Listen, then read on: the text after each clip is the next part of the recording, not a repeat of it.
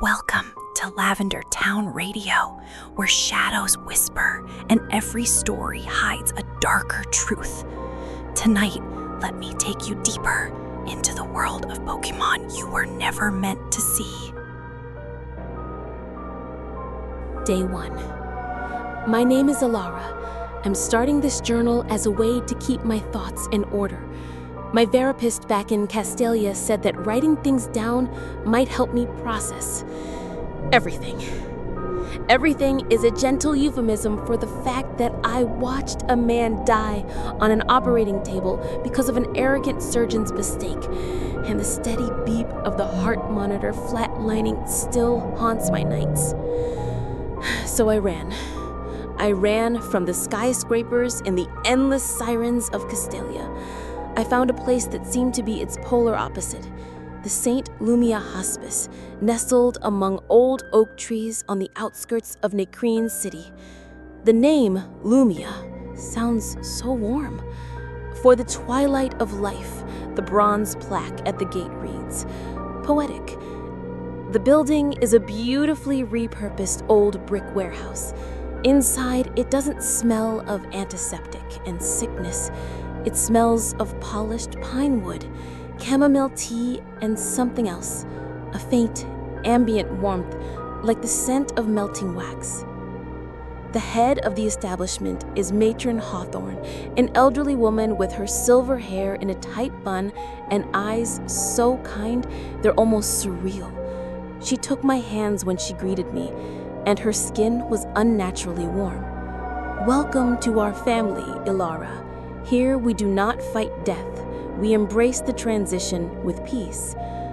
That philosophy is why I came here, but there is something even more striking than the serenity in the air. It's the heart, that's what they call it. In the center of the vast Nacrene Hall, where the patients gather, suspended from the high ceiling, is a chandelure. It is no ordinary chandelure. It is immense, magnificent, its black metal curves gleaming as if polished daily. And its purple flames, they don't flicker chaotically. They burn with a steady, gentle light, radiating a soft warmth that permeates the entire building, chasing away the chill of the Unovan autumn. The patients adore it. They sit in their armchairs beneath it for hours, reading, knitting, or simply dozing. They say its warmth eases their aching joints. They say its light calms their nerves. They're right. Even I can feel it. A blanket of peace, a gentle drowsiness. I think, finally, I have found a place to heal. The hospice promised a peaceful passing. They never mention what was feeding on that peace. Day 7. A week has passed. The work here is a world away from the chaos of a Castelia hospital. It's slow, deliberate. I spend my time talking with the patients, listening to their stories. But there is a strangeness I can't shake. The rate of decline? In Castelia, the decline of the elderly was often a long, painful, unpredictable process. Here it is orderly. Patients remain lucid and active until one day they begin to feel tired. They'll start spending more time in the main hall, bathing in the light of the heart. They'll stop eating, saying they no longer feel hungry. Their skin will become thin and translucent as paper, and they will sleep for most of the day. And then, within a week or two, they will pass away in their sleep. Always in their sleep. No pain, no fear.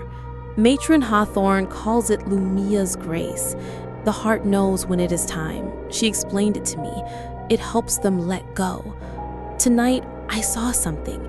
During my rounds, I saw one of our newest patients, Mrs. Gable, asleep in her armchair. She's a cheerful woman who told me all about her youth in Nambassa City. But tonight, she looked so frail. And hovering near her feet, almost hidden in the shadows, was a Litwick, a small candle Pokemon. Its purple flame was burning brightly, and I could swear I saw a faint, shimmering current of energy, like heat haze off a desert road, flowing from Mrs. Gable into its flame. I blinked, and it was gone. I must have imagined it. Sleep deprivation. It has to be. Day 15. I wasn't imagining it. They are everywhere. The Litwicks. They aren't registered as official hospice companions. Matron Hawthorne says they are the children of the heart, born from its flames. They drift through the hall silently, their small flames the only pinpricks of light in the darkness. They seem drawn to the weakest. Last night, I saw 3 of them gathered outside the room of Mr. Peterson, who stopped speaking yesterday. They just hovered there, motionless, like patient little vultures. The warmth in the building no longer feels comforting. It feels cloying now, heavy, as if the air has been scrubbed of oxygen. I'm starting to feel tired, myself, a deep, bone-weary fatigue. I sleep 10 hours a night and still wake up exhausted. Today, at lunch, I ask another nurse, Martha, who has been here for 10 years. "Don't you find it strange how quickly everyone goes?" Martha looked at me, a weary smile on her face. "It's a blessing, Elara. You'll come to understand. Compared to what's out there, this is paradise." She put her hand on mine. Her skin was also unnaturally warm, just like the matron's. "The patients here don't die of old age. They're simply snuffed out." Day 24. Mrs. Gable passed away last night, in her sleep. Everyone said she looked so peaceful, but I was in her room just before. I saw her paper-thin skin, her cracked lips, the hollowness in her still parted eyes. It wasn't peace, it was depletion. And I saw it again, the Litwick. It was on her nightstand. As I entered, its flame flared for a moment and it slid quickly out of the room. My mind is screaming. The Pokédex. I had forgotten a basic entry. I ran to the break room and looked it up on the computer. Litwick, the candle Pokémon. Its flame is lit by absorbing the life force of humans and Pokémon. It often pretends to guide people while slowly siphoning away their life energy. Lampent, the lamp Pokémon. It loiters in hospitals, waiting for the moment someone is about to die. When that time comes, it swoops in to steal their spirit as it leaves the body. Chandelure, the luring Pokémon. Its flames burn up a person's spirit, leaving only an empty body behind. The blood in my veins turned to ice. This isn't a hospice, it's a farm, a place to cultivate souls. The heart is not a source of comfort. It is a predator, and the Litwick are its young, learning to hunt. The madness is starting to set in. Am I really seeing this? Or is the trauma from Castelia making me paranoid? I looked in the mirror. My face is gaunt. My eyes are bruised with dark circles. I look like the patients. Day 28. I've been trying to gather proof. I've been secretly recording videos on my phone, trying to catch a Litwick in the act of feeding, but they are clever. They seem to know when I'm watching. I've been trying to find old records in Matron Hawthorne's office. Tonight, I snuck in while she was in the chapel. The file cabinets were locked, but on her desk was an old leather-bound journal. It was hers. I know I shouldn't have, but I read it. The first entries were from 50 years ago, when she was a young nurse. October 12th. We received it today, a gift from a wealthy Colossian family, a Chandelure. They said it has been in their family for generations. It is beautiful, but the patients seem more tired when near it. I flipped through the years, her handwriting growing firmer, more fanatical. March 4th. I understand now. I saw it take Mr. Abernathy's spirit. It was quick. It was peaceful. He had suffered so much. This is not a curse. It is a mercy. It ends the suffering. It trades pain for warmth. June 21st. The first children were born. Little flames. They learn from their mother.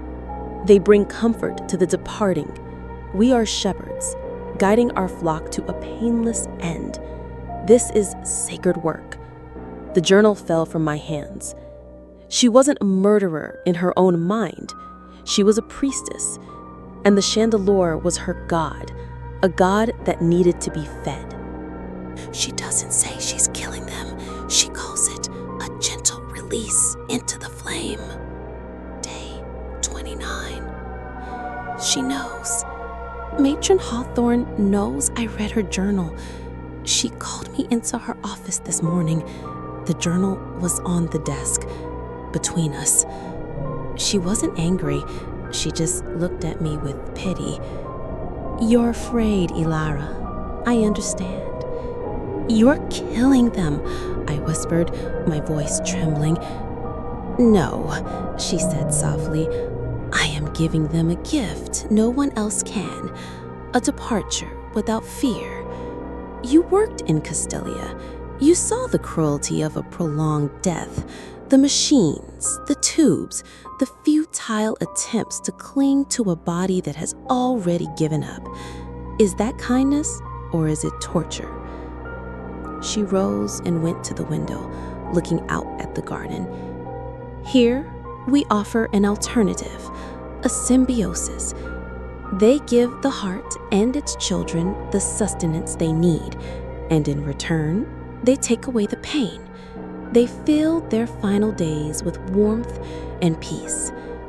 Is that not a small price to pay for a paradise on earth?" "It's a lie," I screamed, losing my composure. "You're feeding their souls to a monster."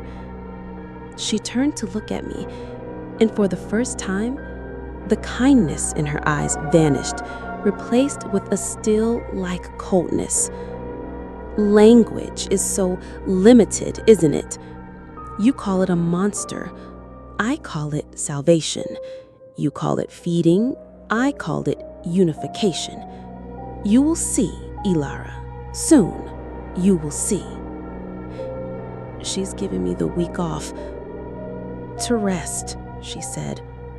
But it wasn't an offer. It was a warning. A confinement. I'm trapped. I tried to call for help, but the phone was dead. The only warmth in the building came from the things that were hunting me. Day 32. I'm in my room.